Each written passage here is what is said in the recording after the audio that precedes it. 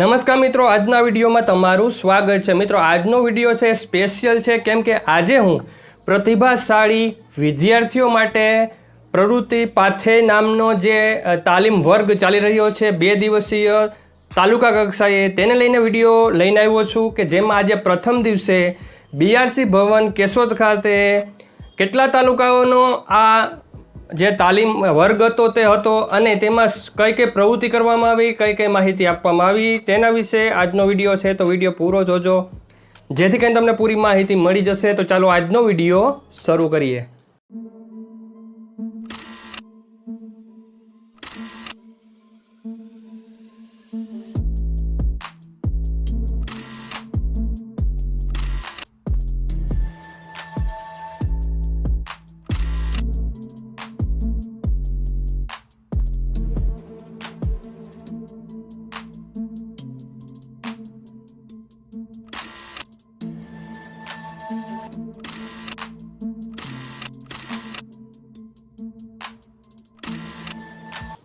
મિત્રો, જ્યારે પણ તાલીમ યોજાય છે અને તેનો હું એક ભાગ રહું છું, ત્યાં હું તાલીમ લેવા જાઉં છું, ત્યારે તે તાલીમ કેવી રહી છે ત્યાંની તમામ ઇન્ફોર્મેશન છે એ હું આપતો રહું છું। તે તાલીમનો જે પ્લેલિસ્ટ છે તે તમને નીચે ડિસ્ક્રિપ્શનમાં મળી જશે। આ પ્લેલિસ્ટમાં તમે મેં લીધેલી જેટલી પણ તાલીમ છે પ્રેક્ટિકલી તે તમામ તાલીમ વિશે મેં સમજાવ્યું છે, જેમ કે સ્ટેમ તાલીમ હોય, ક્વેસ્ટ એલિયન્સ તાલીમ હોય, ICTને લઈને તાલીમો હોય, તમામ તાલીમ વિશે મેં વાત કરી છે। તે વિડીયોઝ પણ જોઈ લેવા વિનંતી, જેથી કરીને તમને તાલીમ કેવી હોય છે, કઈ રીતનું તે આખા દિવસનું દૈનિક કાર્ય હોય છે તે તમે સમજી શકો છો। મિત્રો, પ્રતિભાશાળી શિક્ષકોની તો આપણે ખબર જ છે કે શિક્ષણ વિભાગ શિક્ષકોના કામને બિરદાવતા તેમને એક સર્ટિફિકેટ આપે છે અને તેમનું સન્માન કરે છે દર CRC દીઠ એક શિક્ષક દરેક સત્રમાં। પરંતુ હવે શિક્ષણ વિભાગે એક નવો અધ્યાય શરૂ કર્યો છે। પ્રતિભાશાળી વિદ્યાર્થી માટે પ્રવૃત્તિ પાથે નામની જે તાલીમ વર્ગ છે તે 2 દિવસીય ગોઠવવામાં આવેલો હતો, તેમાં હું પણ તેનો એક ભાગ રહ્યો હતો। આજે પ્રથમ દિવસે જે BRC ભવન કેશોદ ખાતે રાખવામાં આવ્યું હતું, જેમાં જૂનાગઢ જિલ્લાના તમામ તાલુકાઓનો સમાવેશ ત્યાં થયેલો હતો અને ત્યાં CRC દીઠ 2 શિક્ષકોને ત્યાં હાજર રહેવા તાલીમ લેવા માટે કહેવામાં આવ્યું હતું। હવે આપણે વાત કરીએ પ્રતિભાશાળી વિદ્યાર્થીના આ તાલીમ વર્ગમાં શું માહિતી આપવામાં આવે, શું છે પ્રતિભાશાળી વિદ્યાર્થી।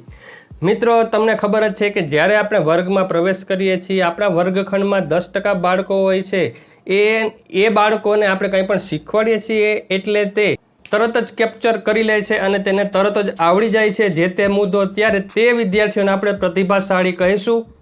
હવે આપણે તે વિદ્યાર્થીઓને અલગથી કંઈક પ્રવૃત્તિ આપીએ તો તેને વધુ રસ રુચિ જે તે વિષય પ્રત્યે બની રહે છે। આ તાલીમ વર્ગમાં પણ તે માહિતી આપવામાં આવી, તેના વિશે સમજવામાં આવ્યું। તેમાં સૌપ્રથમ જે તાલીમ વર્ગની શરૂઆત થઈ તે હંમેશાની જેમ જે રીતે પ્રાર્થના, ભજન, ધૂન, સુવિચાર સાથે થાય છે તે જ રીતે આ પ્રાર્થનાની શરૂઆત કરવામાં આવી। તેમાં BRC ભવન કેશોદ ખાતે રાખેલા આ તાલીમ વર્ગમાં જૂનાગઢ જિલ્લાના પ્રાચાર્યશ્રી પણ હાજર હતા।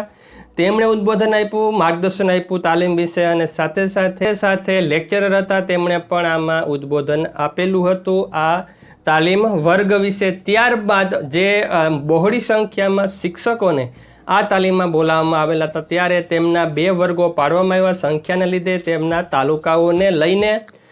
ત્યારબાદ જે તાલીમ વર્ગ છે તે શરૂ કરવામાં આવ્યો, જેમાં સૌ પ્રથમ પર્યાવરણ વિશે માહિતી આપવામાં આવી। જે નરેશભાઈ હતા શિક્ષકશ્રી, તેમના દ્વારા, અને તેમણે સરસ મજાની માહિતી આપી પર્યાવરણ વિશે, ઔષધિઓ વિશે અને સાથે એક વર્કશીટ પણ આપી જે તમારી સામે આવી રહી હશે, જેમાં એક પ્રોજેક્ટ છે તે આપણે બનાવી શકીએ છીએ, બાળકોને આપી શકીએ છીએ અને તેઓ આ પ્રોજેક્ટ છે એ ઘરેથી અથવા તો વર્ગખંડમાં તે કરી શકે છે।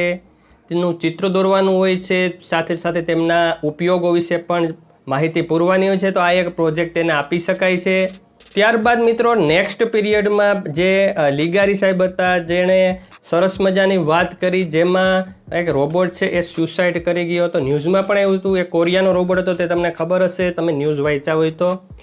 તેની વાત કરી, તેના પ્રોગ્રામિંગને લીધે કદાચ એવું બનેલું હશે કે તે પ્રોગ્રામિંગ અંડર જ તેમને આ એક કોડ કરેલો હોય કે ત્યારબાદ તે પોતાનું કાર્ય પૂરું થાય છે, સમયગાળો પૂરો થાય છે, ત્યારબાદ તે સ્યુસાઇડ કરી જાય છે. તો આ એક વાત તે ધ્યાનમાં આવી અને ત્યાં તે વાત કરવામાં આવી હતી. ત્યારબાદ ગૂગલ મેપ્સ કઈ રીતે ઉપયોગ થાય છે, ગામનો મેપ આપણે બાળકોને દોરાવી શકીએ છીએ. ત્યારબાદ ગૂગલ મેપ્સના ફાયદા શું છે તેની પણ વાત કરવામાં આવી કે આપને કોઈ પણ રૂટ મેપ છે એ નક્કી થાય છે, ટ્રાવેલિંગ સમયે કેટલી ટ્રાફિક છે તે પણ આપણે જાણી શકીએ છીએ. ત્યારબાદની વાત કરવામાં આવી કે ગુડ એપ્સ કઈ છે આપણા મોબાઈલ ફોનમાં અને બેડ એપ્સ કઈ છે કે જેનાથી આપણો સમય બગડે છે.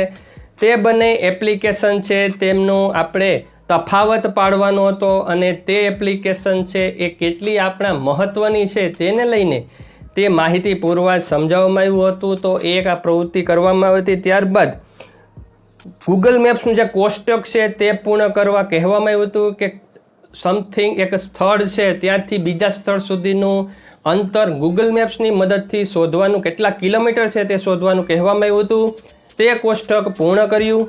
ત્યારબાદ અત્યારે જમાનો એઆઈનો છે, આર્ટિફિશિયલ ઇન્ટેલિજન્સનો છે, ત્યારે એક એપ્લિકેશન છે કોપાઇલટ, તેની વાત કરવામાં આવી હતી. કોપાઇલટ એપ્લિકેશન કઈ રીતે ડાઉનલોડ કરી તે તમારે અહીંયા આવી રહ્યું હશે.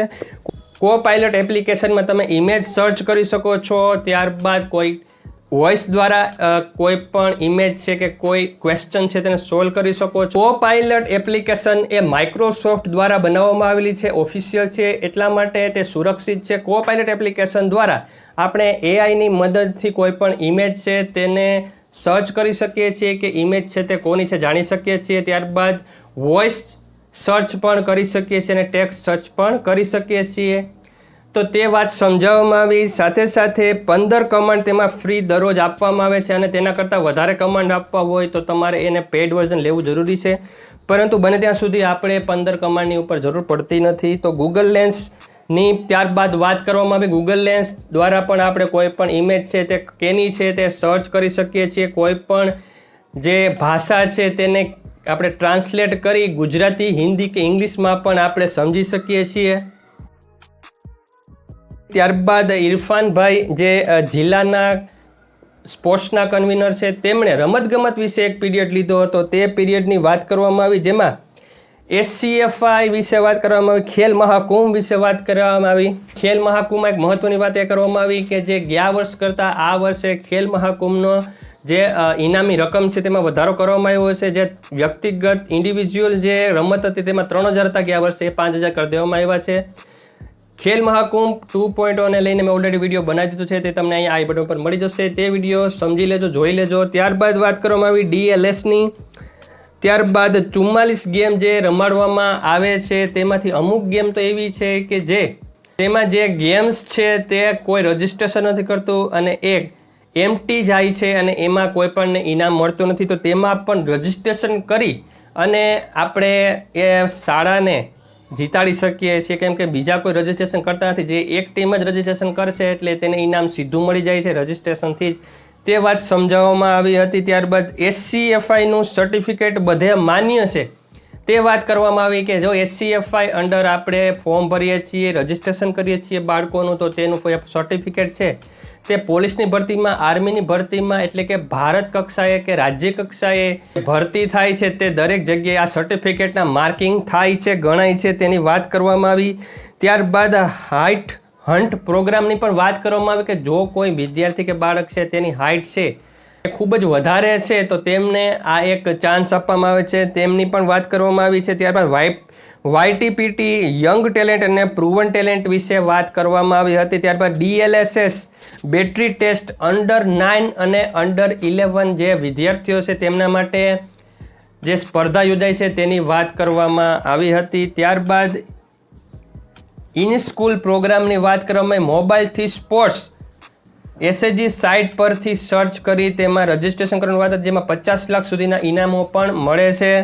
અને શિક્ષકો માટે પણ વાત કરવામાં આવી. આ તો હતી વિદ્યાર્થીઓ માટે, પરંતુ શિક્ષકો માટે પણ વાત કરવામાં આવી કે શિક્ષકો માટે પણ ગેમ્સ હોય છે જેને આપણે સિવિલ સર્વિસીસ ગેમ્સ કહીએ છીએ, જેમાં ઓલ ઇન્ડિયા ફર્સ્ટ, સેકન્ડ અને થર્ડ આવે તો તેમને 1 ઇજાફો આપવામાં આવે છે. અને જો બીજી વાર તમે ભાગ લ્યો બીજા વર્ષે ફરીથી તમારો ફર્સ્ટ, સેકન્ડ કે થર્ડ નંબર ઇન્ડિયા લેવલે આવે તો તમને 2 ઇજાફા મળવા પાત્ર થાય છે તેવી વાત કરવામાં આવી. જેટલા તમારે દર વર્ષે નંબર આમાં આવશે ફર્સ્ટ, સેકન્ડ કે થર્ડ ઇન્ડિયા લેવલે, તો તમને એક ઇન્ક્રીમેન્ટ વધારે મળે છે તેવી વાત કરવામાં આવી. આ સાથે આ તાલીમની પૂર્ણાહુતિ કરવામાં આવી. મિત્રો, ઓવરઓલ આમાં ઘણી બધી માહિતી નવી નવી જાણવા મળી છે, સમજવા મળી છે. તો કાલે છે બીજા દિવસની તાલીમ, તેનો પણ હું વિડીયો લઈને આવીશ. આજનો વિડીયો હતો એ આ અપડેટને લઈને હતો. વિડીયો કેવો લાગ્યો જરૂર કહેજો. વિડીયો ગમે તો લાઇક કરી દેજો, ચેનલ સબસ્ક્રાઇબ કરી બેલ આઇકોન દબાવી દેજો, જેથી કરીને તમને નવા નવા અપડેટ્સ મળતા રહે. Thank you very much. જય શ્રી કૃષ્ણ.